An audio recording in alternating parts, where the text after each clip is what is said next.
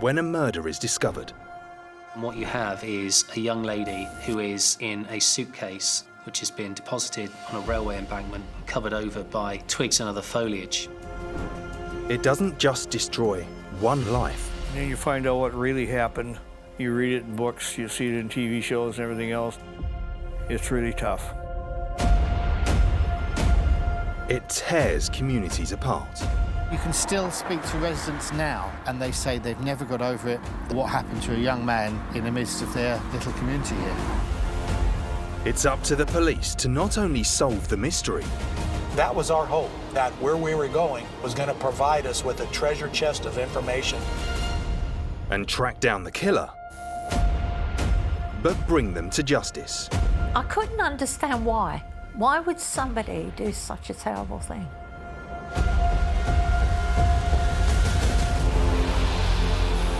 In this episode, a young athlete is shot dead on the street.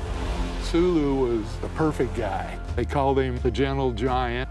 You get some moron driving by, he fires one shot and hits him right in the face, kills him right there, boom. Meet the murder detectives. Without this young girl calling, I wouldn't really have had much to do other than possibly eat a donut or have some coffee. Who reveal how they caught the killer. I was trying to figure out why you shot him, you know? Just keep your voice down.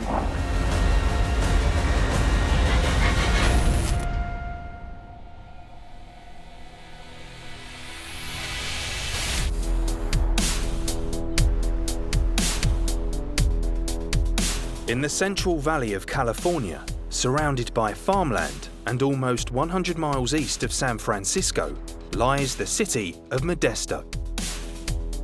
On March 19, 1994, a 22-year-old man was shot dead in the road by a gunman in a passing car.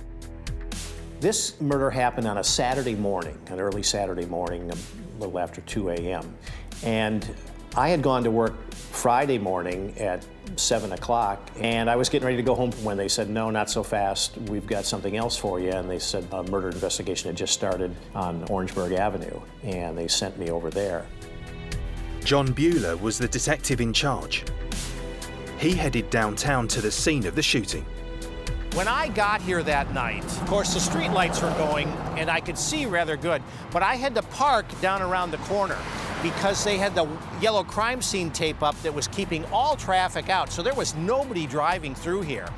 And so when I walked in, I went by one of the uniformed officers, he signed me into the crime scene, and I walked up towards us, coming up from behind me. The other detectives had arrived before me, and they were already starting, and I quickly caught up with what was going on, which really wasn't difficult because there wasn't much to catch up on. In this case, it was right on the sidewalk where the shooting had occurred, and the shot had been fired from the street in the lane going in the opposite direction. So the shot came across 3 lanes of traffic as the car was in motion. Detective Dick Rydenor was John's second in command. The victim had been identified, but as yet, very little was known about him. I heard that the guy was a basketball player, and he was here doing some kind of show thing at a church, and that he was walking over off of Orangeburg Avenue, and somebody came by and shot him in a drive-by shooting. The victim had been with 2 friends who told officers he was called Sulu Palega. The 3 of them had been in a convenience store buying some food. Daryl Farnsworth, a local journalist, picked up the story. Sulu was like the perfect guy. They called him the gentle giant. I guess he was about 6'4", or 6'5", 250 pounds, and he was in a Christian basketball tournament. That's why he was here to begin with. And then you get some moron driving by. He fires one shot from the rear seat of the car and hits him right in the face. Kills him right there, boom. It was a shock to everyone involved that Sulu had been shot in this part of town. I know Orangeburg Avenue because I live pretty close to over there. It's got a couple of motels, got some eating restaurants. Not a problem of any particular kind. So it's actually not a bad area. I couldn't believe that he was shot where he was shot. They were walking back to their motel, and it's just the last place you'd think somebody would kill you. For John and his team, this area had become a crime scene, and as such, they needed to search for any evidence that might lead to Sulu's killer. Just about any time a detective goes to a murder scene, we're kind of the late ones getting there. Usually the first people there are the uniformed officers in the police cars, and then of course the ambulance personnel. But in this case, they wanted to save Sulu. They wanted to save his life. So they cut his clothes off partially to get some vital signs, and they loaded him in the ambulance quickly and took him to a nearby hospital. By the time I got to the scene, I already learned that Sulu had passed away, that he had died from his wound. John and his team examined what had been found at the location of the shooting. And one of the officers had circled with tire crayon, it's like a yellow crayon for marking tires, he had circled a little thing in the middle of the street over here in the turn lane. And I walked over there because they had told me what it was, but I just confirmed it was that 10mm shell casing from the pistol. There were no witnesses that could give us any specific detail about the car. I knew our best shot at getting any type of information was going to be from Sulu's two companions. Sulu and his two friends, Michael and Anthony, had arrived from San Francisco and knew nobody in town. What I learned from both Michael and Anthony was horrifying. They had left their motel earlier and had wanted to get some snacks at a nearby convenience store. Sulu and Michael and Anthony were walking towards us, but they were on the other side of the street. Now, as they were approaching us, they were coming from the north, which is where the convenience store was, where they'd picked up their snacks. So they were on the other side of the street coming towards us, because behind me, around the curve, is the motel where they were staying at just down the road there. So all walking distance, easy walking distance. It was around the same time that the bars and the nightclubs were closing. So it was about 2 in the morning. And as they were walking down, they had no idea that this was coming to them. But they heard somebody yell, "Hey," from a passing car. Michael and Anthony and Sulu turned to look like, who's yelling at us? And that's when he stuck the gun out the window and fired that one unaimed shot that could have gone anywhere. It could have gone across the freeway into the buildings. It could have gone into a tree, a bush, the sidewalk. It could have gone anywhere, but it didn't. That bullet went to Sulu's eye, and that's what killed him instantly, right across the street from where we are right now, taking him away from us. John learned more about Sulu from his two friends. Sulu was one of those unique people that was a pretty pure person through and through. He came from a great family in San Francisco. He was down in Modesto just by chance playing in a charity Christian basketball tournament. The charity basketball tournament had been organised by the Modesto church. One of its leaders was Ginny. The basketball rally was formed originally to help kids have something to do to keep them off the street. And it was just unfortunate that something like this had to happen when a team from out of town was here. They were told about the shooting the following day. And they told us that the fellow from San Francisco had been killed in a drive-by shooting, and I think I was speechless. The detectives had very little to build on to solve this case, but they had years of experience behind them. We knew John Bueller. He was a best friend to one of our neighbor boys growing up. We had a lot of respect for him. John had investigated many murders, but Sulu's was different.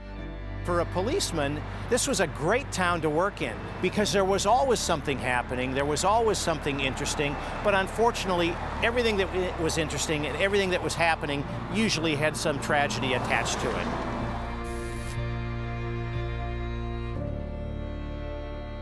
Understanding the life of the victim is something that the police will always do as part of their investigation. That'll be the starting point. And that's why when there's no relationship between the victim and the perpetrator, that makes that difficult, because where's the link? It didn't sound, from the early information that I had, that he was engaged in any horseplay or any type of activity that would contribute to him being shot. He wanted to be a fireman. He was very religious. He was just the kind of guy, if you had a sister or something like that, you would want her to date. The night of the shooting, the investigation had only just begun, but with no witnesses, John only had one lead. The best thing that I had going were the two friends that were with Sulu when he was shot. And I was hoping that they would know there was some connection. John asked the friends to painstakingly talk through every moment before and after the shooting. They didn't have a good description of the car. They didn't have a license number on the car. They didn't have a description of the occupants of the car, and they couldn't even tell me the make of the car. And they weren't even much help on the color. They described a darker color, but they couldn't even zero in on that. So they told me what happened, but they didn't have specifics that would really help us. The first few hours are key in any murder investigation. But in this case, detectives still had very little to work on. It's getting early morning hours, close to 6 in the morning by the time we finished up. And of course, like anybody who's been up for nearly 24 hours, I was tired at the time. But the one thing about cases like this is you can't stop gathering information that you might lose because you're tired. So you have to keep working.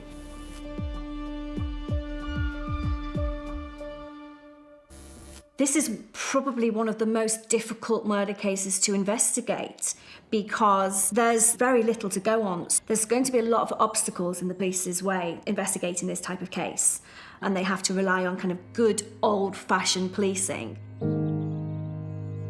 Well, you have to be dedicated to the job. You have to turn every rock. So you just got to keep digging and digging and digging. There didn't seem to be any obvious motive as to why these three guys had been targeted. This case was shocking because it was so brazen. It was in public, it was at night, and it was not showing any particular reason. There was nothing logical about this case on why this guy, why at this time, and why at this location would he be targeted. John and his team were now desperately looking for anything that could give them a lead to finding the killer. It's the only evidence I had. One shell casing, clothing that wasn't going to help me, and a pool of blood on the side of the road. And of course, at that time, it just made me think, we're probably not going to solve this. It didn't mean we weren't going to work it. It didn't mean we weren't going to try hard and give it everything we had. But I didn't have the things that I've seen in other murder cases that puts you in a mindset from the start knowing this is solvable, we can find this guy. We didn't have that here.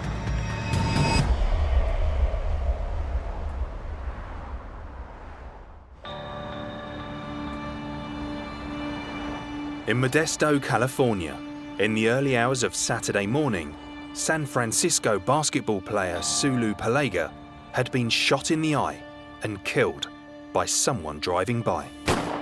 At 10:30 in the morning on Saturday morning, 8 hours after Sulu had been shot, we really didn't have anything to go on. Lead detective John Bueller was struggling to find a motive for the killing. I wished I would have had a different type of crime scene. I didn't have that. It would have been nice if I would have had some witness. I didn't have that. Because if I don't have a witness and I don't have physical evidence that will help me determine who the killer is, it's a real whodunit, and we just have to rely on luck at that point to solve it. I don't think people had any theories. They were just in shock, wondering, how could this happen? And to this guy? This guy's not a gangbanger or anything like that as we started putting out information about him.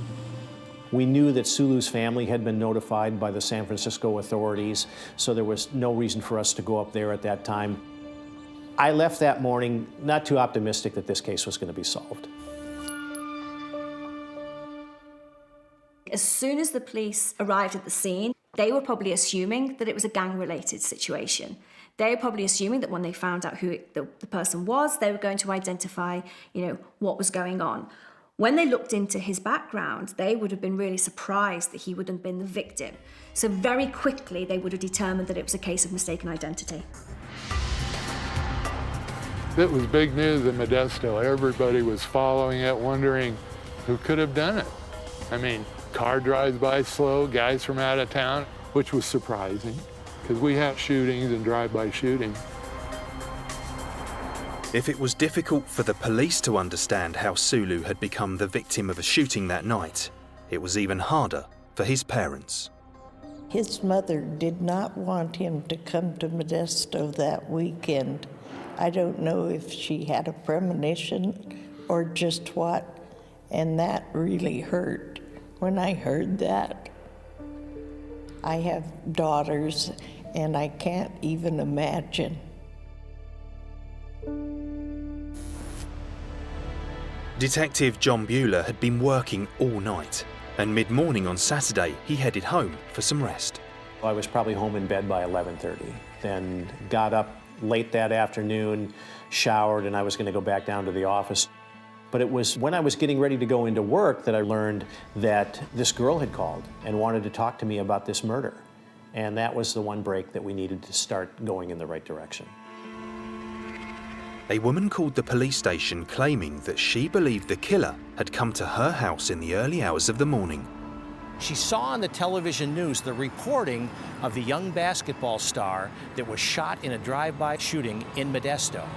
So she immediately connected what had happened at 3 in the morning, about 14 hours earlier, with what she was hearing on the TV at that time. She picked up the phone, she called Modesto Police Department, and then I got the call to come and meet her. The first 48 hours of the investigation, things started clicking because that lady had called and said, hey, I think I know somebody you might want to talk to. Witnesses are hugely important to homicide investigations, and I think people perhaps don't realise how valuable they still are because we have so much science and technology. This is the building that used to have the restaurant called the Sizzler. Now, the Sizzler restaurant was where the waitress worked that gave us the break that made this case. And what she told me was that earlier that morning, about 3 in the morning, not even an hour after the murder happened, a guy named Bobby came to her house. He had 2 friends with him, and he wanted her to get in her car and take Bobby and his 2 friends back to recover something. Well, she kind of liked Bobby. She'd met him before. She knew him from the bars in Modesto. So they got into her car and they drove back down the road a few miles south of here. And at the side of the road, there was a kiwi stand. And there in the bushes by that kiwi stand was a gun in a gun case, a handgun. Bobby got back in the car with his handgun, and this waitress recognized what it was immediately. And because of that, she started getting fearful. Well, as she continued to drive, she heard the boys talking about, I hope I killed the right guy, I hope I shot the right guy, things like this. Now she was starting to get worried. The woman believed that Bobby was hoping she'd help him dispose of the gun. But when they got to this young girl's house, she told them, you can get in your car and leave, I don't want to be a part of this. To which they got out of her car, got in Bobby's car, and then left. Any logical person who was thinking about disposing of a firearm would try and dispose of it in another way to make sure that it was safely disposed of, whether it was thrown into a lake or a river or something. But to give possession of it to someone else who he didn't know was an extremely risky tactic. And in this case, it backfired because that person was the one that reported it to the police. The witness was keen to give John as much information as she could to track down Bobby. In talking to this waitress, she couldn't give me the last name, and that's the one thing that I really, really needed. So it was a situation where she could only remember something that related to the name. She told me the name sounded maybe French, it might have had an L or an S in it, or it might have reminded her of a fish or something like that. She knew that he'd been laid off or fired from a job at some pay and pack or pack and save, some sort of business up there in the Bay Area, but she didn't really have any other details that would help us. In addition to Bobby making claims about hoping that he had shot the right guy, there was also some small talk that was a bit disjointed and not really complete, involving Bobby doing this shooting as a retaliation because he had been shot at a night or 2 earlier before the shooting while down in Modesto. My understanding is that the night before, he had been in an argument with a guy over another girl that he was trying to date, and they both liked, and some guy fired some shots over his head to warn him to leave him alone.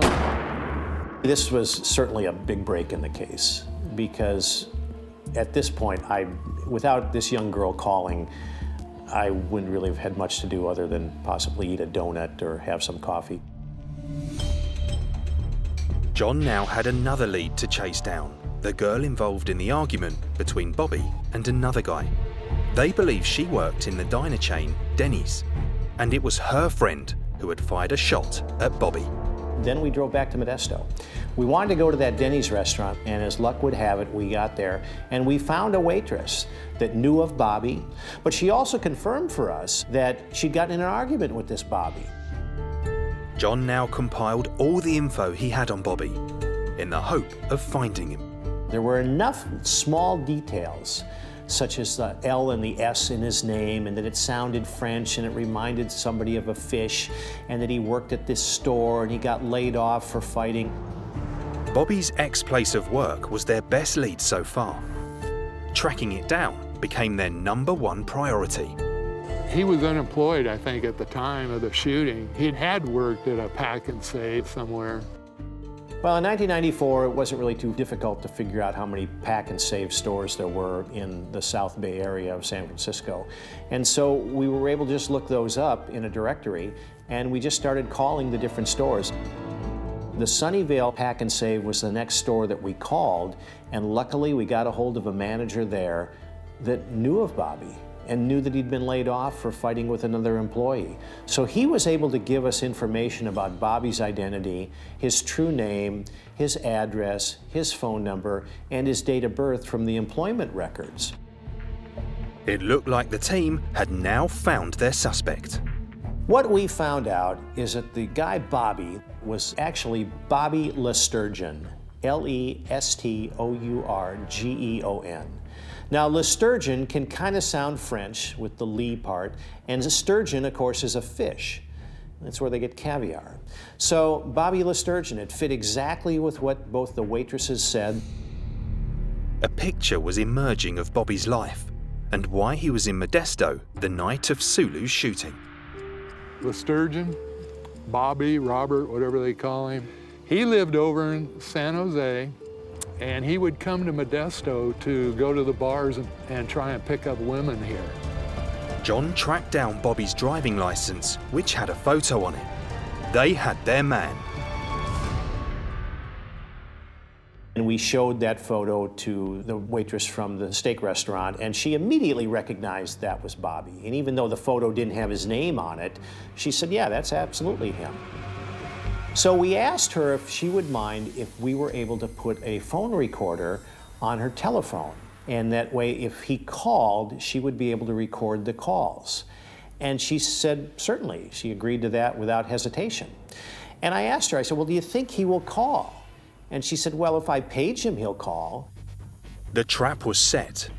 If John and the team could get Bobby on the phone talking about the shooting, they would have all the evidence they needed to arrest him. They hoped they were now tantalizingly close to catching Sulu's killer.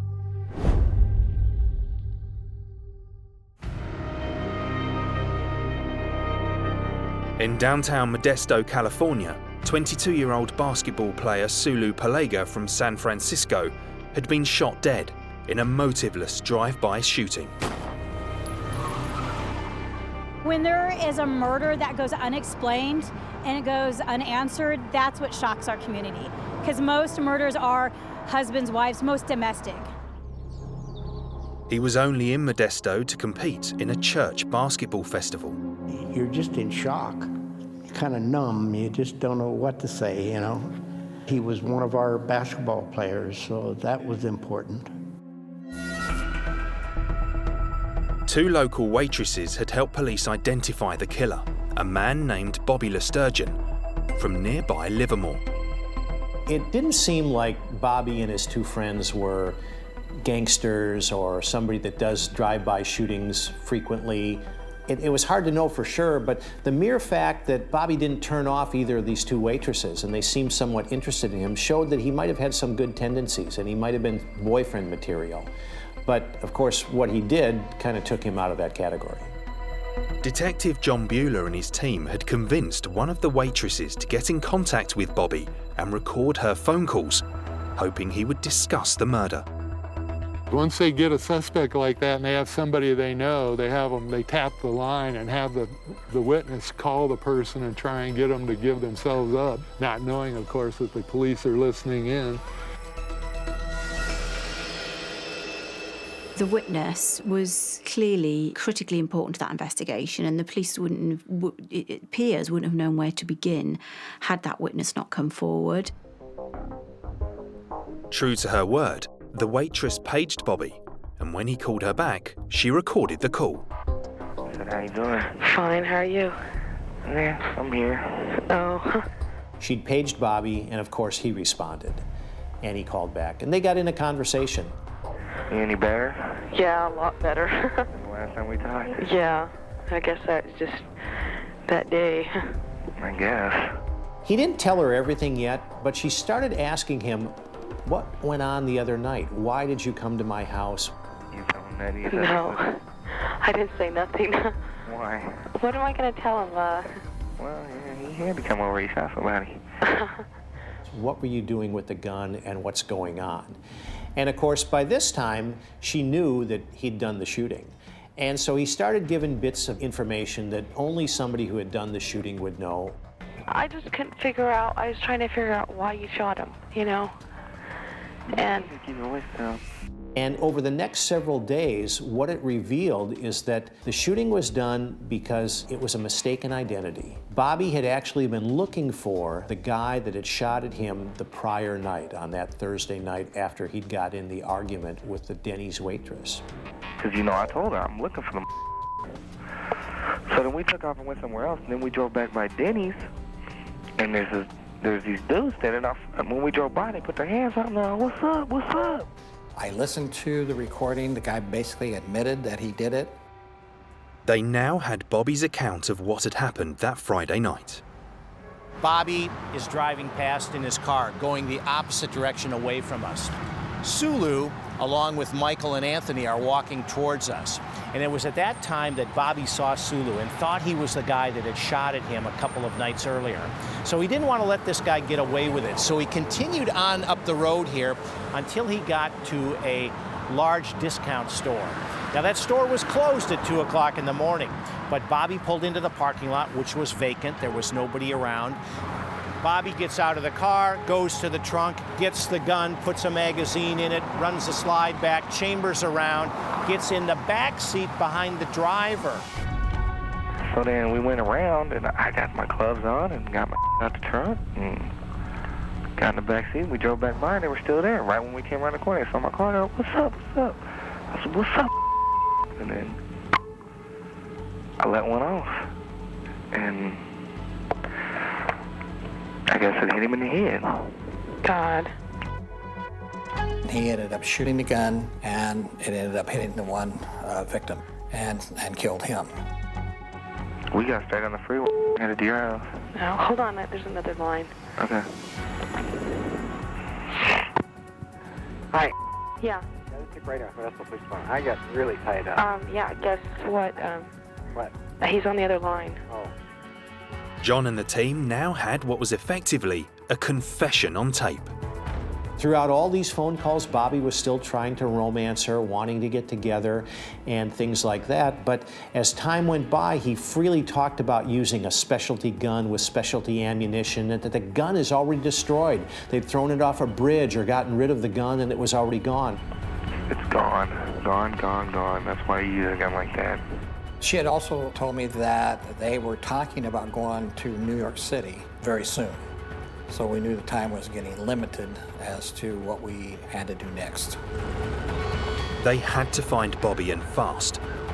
John felt they had enough to arrest him for the murder of Sulu. Bobby said that he was glad that he'd actually shot the wrong guy, because if he had shot the guy that he was going after, there would have been a connection. And that connection would have led detectives like us to Bobby. But because there was no obvious connection in any way between Sulu and Bobby, the chances of us solving that case were almost nil.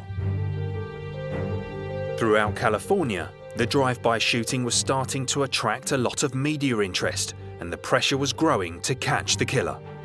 There were radio call-in shows in the San Francisco Bay Area that were talking about this case that happened 90 miles away in Modesto, because Sulu's family was so prominent, and Sulu was such a young, good guy that didn't contribute to this. People were calling into these radio shows saying that the guy who did this shooting should be killed himself.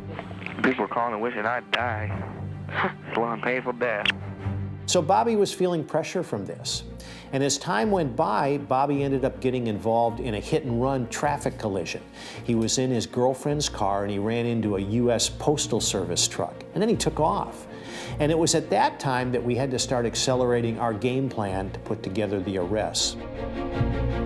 They knew Bobby lived in nearby Livermore, but as yet, didn't have his address. Now, in the tapes, we had learned from listening to the waitress that Bobby lived across the street from a fire station, because at one time in the tape, you could hear sirens in the background when the waitress and Bobby were speaking. It's not a real time to be thinking logically about things. Oh, I hear sirens. What's that? I live across the street from a fire station. Oh, do you? Yep. The team also identified the addresses of the two other people who were in the car the night of the shooting. But John and Dick took on the job of going after Bobby. But we were able to just sit out there and watch his house until he came out of the house. Detective John Bueller decided they wanted to catch Bobby off guard and arrest him. When we were there doing the stakeout, we got there early in the morning, I think about 5 o'clock, so hopefully Bobby was still in bed. We sat there from early in the morning, about 6 in the morning, until about little after 10 o'clock, waiting for Bobby to come out. When he came out of the house, we were not that far from him. We drew our guns, told him he was under arrest, and he didn't give us any trouble. Got him down on the ground, handcuffed him, and then we were able to put him in a patrol car. John and Dick had their prime suspect in custody, and news quickly spread. I was told about the arrest the day they made it. These guys work fast. They knew what they wanted to do, and they just go over and get him and brought him back and then started, interrogating him. He thought we were postal inspectors and had caught him for that hit-and-run traffic collision. Now, a traffic collision is kind of important, but in the scale of comparison with a murder, a traffic collision is down here with no injuries, and the murder is right up here at the pinnacle. So we told Bobby then, well, we're not postal inspectors. We're Modesto homicide detectives. We showed him our badge, and you're under arrest for the drive-by shooting. The expression on his face changed instantly. I wish I could describe it, but there's limits on the English language that would put it into perspective. To say that he was shocked would be an understatement. And that was pretty much it. Bobby was charged with the murder of Sulu. But he wasn't the only arrest made that morning. The police also went after the two passengers in the car, Mark and Vincent. And at the same time we were doing that, we had a similar group of detectives that were going to do the same thing at Mark's house in Livermore. So as we did the simultaneous arrests and the search warrants, they went and had a stakeout going on Vince's house. And when he came out of his house and got in his car, that's when they grabbed him up also. But with Bobby already denying everything, it was up to John to put together a case to prove murder.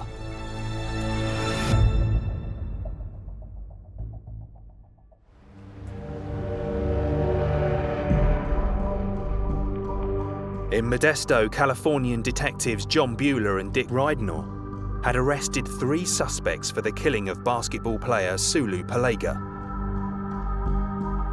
He was an innocent victim of a drive-by shooting. Sometimes when we drive past there, I do think about it, but, it's always with compassion for Sulu and his family. Well, maybe God needed another good basketball player. Yeah. In a time like this, you don't know. Our faith definitely helped us to get through each day. The shooting had shaken up the whole city, especially as it seemed like a totally random killing. Always a sense of relief when there's an arrest, especially in the community, because everybody follows it. We were a small community. We played the story up and everybody was interested, and when they did make the arrest, it's like, really, okay, it's nobody from Modesto. The prime suspect, Bobby Lesturgeon, had been arrested outside his home several days after the shooting. So he was transported to the police station, and we ended up meeting the other officers over there, and that's when we first decided to do the interview with him to see if he would talk to us. Not expecting whatsoever that he would, pretty much expecting that he wouldn't. We had him talking on tape about doing the murder, so we really didn't need an admission, although we would love that. With the suspect, I pretty much just let him tell me about everything that was going on. While Deputy Dick Reidner questioned Bobby, John had a new target in his sights. It was that same afternoon after Bobby was arrested in Santa Clara that Dick Reidner and I returned here to this building. And when we went inside there, we found that the right front passenger that didn't do anything about shooting, didn't have anything to do with that, his name was Mark, he was inside the interview room in there, the same interview room where I'd interviewed Anthony and Michael. John decided that in order to get Bobby behind bars for Sulu's murder, he'd make Mark an offer. The offer that we talked about there with the district attorney's approval was that we would drop the charges that we had already sought against Mark in connection with this case, as long as he came forward, testified truthfully, gave us a complete statement, and would agree to testify in front of the jury in court. And as long as he fulfilled that stuff, we would dismiss the charges against him because he did not pull the trigger, he did not supply the gun, and he was much more valuable to us to make the case that much stronger.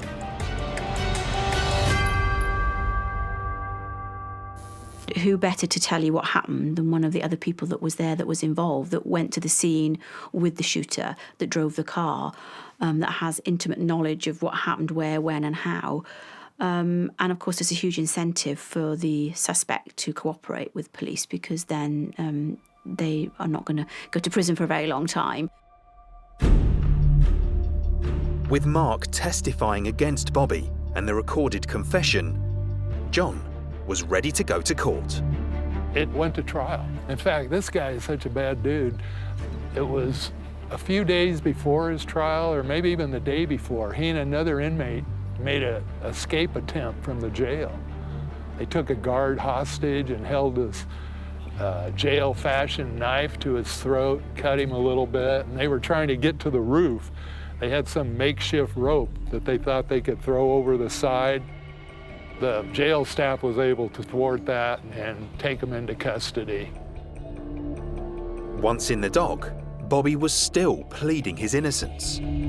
I think his defense was mistaken identity. That's the only thing he had, is he didn't mean to do it. He was trying to scare him, but, you know, he hit the guy right in the face.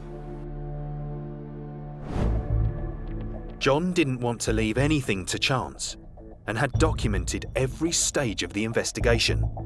In America, generally we don't have the jury leave the courtroom during the trial. Sometimes it happens in a case depending on what the case is, but generally the jury is going to stay in the jury box, in the courtroom for the length of the trial. But in this case, I didn't know how they would view this, and I didn't know how they could conjure this up in their head. So in addition to the hand-drawn diagram that we did of the street and the crime scene, I had the fire department come out here with one of their ladder trucks. Now the ladder will extend up about 75 feet. And so I got on that ladder dressed like this with a 35mm camera, and I snapped a series of photographs from up high above to show the layout of the street, Sulu's motel, and the direction that Sulu and Michael and Anthony were coming from. So that way, in the jury, I could introduce those photos to the jury so they would actually see in photographs what it was like out there. The killer piece of evidence, however, was the recordings made by the waitress Bobby had been trying to date. We knew the tapes would be used in court and they would be accepted in court because it was legal for us to put the recorder on the waitress's phone. She agreed to it, she had knowledge of it, and that's all we needed in California when we were working a murder case to be able to make it legal. Everything hung on these tapes, and the strategy also had other risks. I listened to the tapes of these calls, and of course I had to turn the tapes in so that they could be transcribed so you could actually read the parts of the call and how it came about. And in all these phone calls with this young waitress, she was just a spectacular little actress. That night was just an exception, I guess. Oh, it's just an exception. So would you do it ever again? What, shoot someone? Yeah. If I had to. And she was kind of threatened a couple of times. Bobby had said words to the effect of, keep your mouth closed or I'll close it for you. My friends would be pissed. Somebody snitched me out and I had to go to prison for life? Yeah. I feel very bad for that person. Why? Like, what are you going to do to that person? I wouldn't do nothing. I'd be in prison. I wouldn't do nothing. He kind of made these implied threats that she better not cause any problems or she could end up the same way that Sulu did. But throughout all of it, she maintained her composure, she maintained her strength, and she maintained her patience and brought us some of the greatest stuff that we could have for this case. Why? What are you going to do? Kill me like you did him? Oh, that ain't cool. That ain't funny. Often informants are targeted, witnesses in cases are targeted.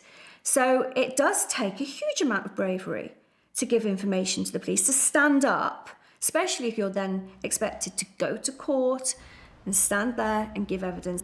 So this lady should be applauded for coming forward and giving that information to the police. When Bobby's time in court came in May 1995, all the hard work paid off. Well, in California, it's not unusual for there to be a year or so between the arrest and when somebody goes to trial. And in this case, that's what we had. The trial didn't take place until May of the following year. And of course, it went for several days, but it wasn't a difficult decision, I don't think, for the jury because they didn't deliberate for too long. When you have the killer talking about the murder and you have it on tape and you play that in court, there really isn't much place for the killer to go. He's kind of stuck with that. I'm sure someone's going to come around and get me soon. I'm sure I'll pay for this somehow, some way. We didn't have any other information that was out there that would help the defense bring up some reasonable doubt. And that's really what they need to get a not guilty, is they just need to have one of those 12 jurors think that, no, I don't think he did it. But in this case, there really wasn't any reasonable doubt. And it wasn't because we did such great work, it's because of the things that the waitress did to help us and Bobby's own words. Those are the things that really made this case come together. He pled not guilty at first, and then he was found guilty. They sentenced him to like 35 or 36 years. So he won't be getting out for a while. And if he does get out, he'll probably cause more problems. With Sulu's killer behind bars, the Modesto church who ran the basketball tournament wanted to ensure that he was remembered by the community for the right reasons. We came back the year after that because we did not want it to end on that kind of a note, and had a very good rally in 1995, and that was the last year. In Sulu's hometown of San Francisco, the park where he had played basketball was named after him and opened by his father. We finally named something after somebody that everybody knew, and this is Palega Park. For John and the team, Sulu was more than just another murder case. Sulu's case was unique because it was one of those somewhat rare cases where the victim had nothing to do with his murder. He didn't contribute to it, he didn't provoke it, he just was in the wrong place at the wrong time. We were lucky that we were able to find Bobby and determine who he was from the limited information we had. So at that point, it was a good outcome for a very, very tragic, senseless, wasteful murder.